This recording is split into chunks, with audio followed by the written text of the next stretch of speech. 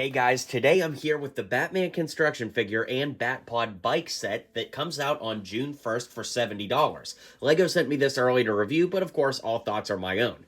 Now, this is an interesting set in that $70 is quite a bit of money, but it is a pretty sizable set, and the fact that you get a buildable figure with it definitely helps add to the value.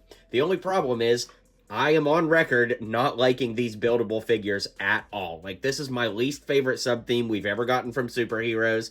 So, from the start, before I even started building, as soon as I took it out of the package, which is the first time I saw it a couple days ago, I just immediately was not really excited about this because I don't like this format of build. So if you like this, then that's wonderful. I just have to come out and tell you right off the bat that these builds really are not the kind of LEGO superheroes builds that I'm into. That being said, something else you might not be aware of is we actually already got a Batpod almost identical to this scale. Years ago, LEGO did a VIP giveaway online where they gave away a Batpod that didn't come with a figure, but it was limited to like 350 copies or something of that extent, and I actually have one that was built via Bricklink because none of the pieces were exclusive, but if you wanted the set sealed and or with the box, those are very hard to get, and you can look those up, but they're very hard to find out there. That being said, we're going to take a look at this set on its own merit, and I actually do own that Batpod, like I said, so I'll do a comparison video on that very soon, but let's start taking a closer look at this as it looks now. Alright, so we'll start by looking at the figure. Just like every other Marvel and the singular Batman figure we've gotten to date, you can pose them at the hips here, a little something like that. The knee joints move, as well as the ankle joints. So you could actually get some pretty decent posing with the legs, because you can pose them there. Of course, the neck joint moves too, as you can see. The shoulder joints move, and the elbow joints move, although they are kind of fixed at a little bit of an angle. You can see that we've got his spikes on the back of his wrist right there. And speaking of his wrist, we can move his wrist a little too, although they are kind of covered here, which is nice. Kind of makes for a full gauntlet look on the hand. Then we do have a clip on there, which you'll see the functionality for that in just a minute. And we could close his hands to make a semi-fist, but as you can see, because of that clip there, the fist doesn't close like the whole way, so that's kind of interesting.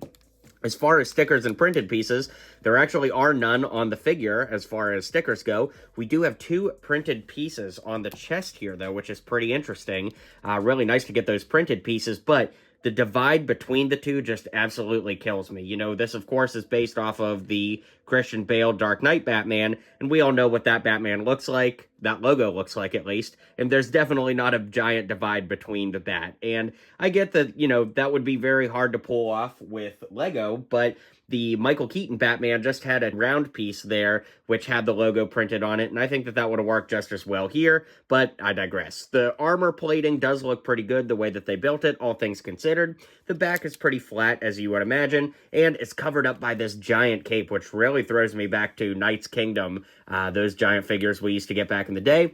Then as far as the head goes, like always, we have this very, very skinny neck joint here that kind of looks ridiculous from certain angles, but from the front angle, it actually does look pretty good. I will say, when you're looking at the figure completely straight on, though, I'm not a big fan of how bulky the neck looks. It's almost like it goes up into his chin, and it looks like he has no neck.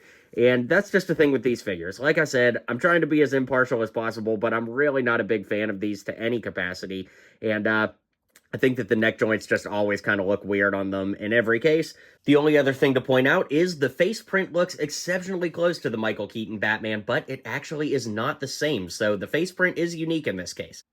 Alright, so here we've got the Batpod, and it is built exceptionally well. You can tell that there is a little bit of a shock system going on, which is kind of cool if you're going to, like, drive this around and play with it. I do think it is pretty sturdy for kids to play with. Of course, it's maybe a little easier to see from this side, but it is completely built on a Technic skeleton, as you might imagine, and like I said, it is very, very sturdy, even more than I expected, to be honest with you. I am pretty blown away with the build of the Batpod itself, but yeah, we'll start at the front here. We've got some, like, repeater machine guns built into both sides, pretty much identical on both sides how it's built. The only exception being the sticker that's placed on the front It is different depending on what side you're looking at. Very minuscule difference, but worth pointing out in the context of a review. Of course, the wheel does spin, and we've got a sticker right in there where it's a little disproportionately built, but it does look pretty good, all things considered. As we move up to the hand guards here, you'll see how Batman connects onto the pod in a moment, but we do have a sticker on this side, which is pretty nice. These are a little sturdy. I do have to admit that they look maybe just a little bit too thin, but they are really sturdy, and I'm not even saying they look too thin in the context of what we see in the movie. It's just the rest of the build is so bulky that these little arms here come off as just a little bit thin. That's just my personal opinion, though. Then we've kind of got this middle section here that Batman's body is going to lay on top of that comes down to the seat right here that lifts up just a little bit here. We have a little bit of contouring through here with some neat shapes. We have some knee guards here that actually also have stickers, so that's cool, and those kind of build out on these Technic pipe pieces that come out. Then we have the foot pedals in the back, and both of those have a stud that Batman's feet will connect to, which again, I keep teasing it, but you'll see it in just a second. Then those both connect to these little pieces here. So that looks pretty good, and I guess it's time to go ahead and put Batman on the bike, so let's do that next. Okay, I switched to a wide-angle lens to give me a little bit more runway to work with here, but we got to take the Batman figure and kind of get him in position, so you want to kind of line those knee joints up. Then, as you can see, Batman's feet have a little stud in the bottom that we're going to line up with the stud that's on the brake. So you can see that stud on the foot pedal will connect in there. So when you do that, you'll see that the knees actually kind of line up pretty well into those little braces. Then we've got to open up his hands to be able to hold onto the grips here. And these grips kind of connect into the hand joints a little something like this. So you'll see that clips in there so we can hold on to the actual joint. And then we close the hand so it looks like he's holding on to it. After that, you basically just need to get Batman to lay down as much as he can and to look straight up as he's driving. Maybe fluff the cape out just a little bit, and you're good to go, straight out of The Dark Knight. So I do think it accomplishes what it sets out to do as far as looking like Batman on the Batpod from The Dark Knight. The Batpod is a very, very strong build, very sturdy, like I said.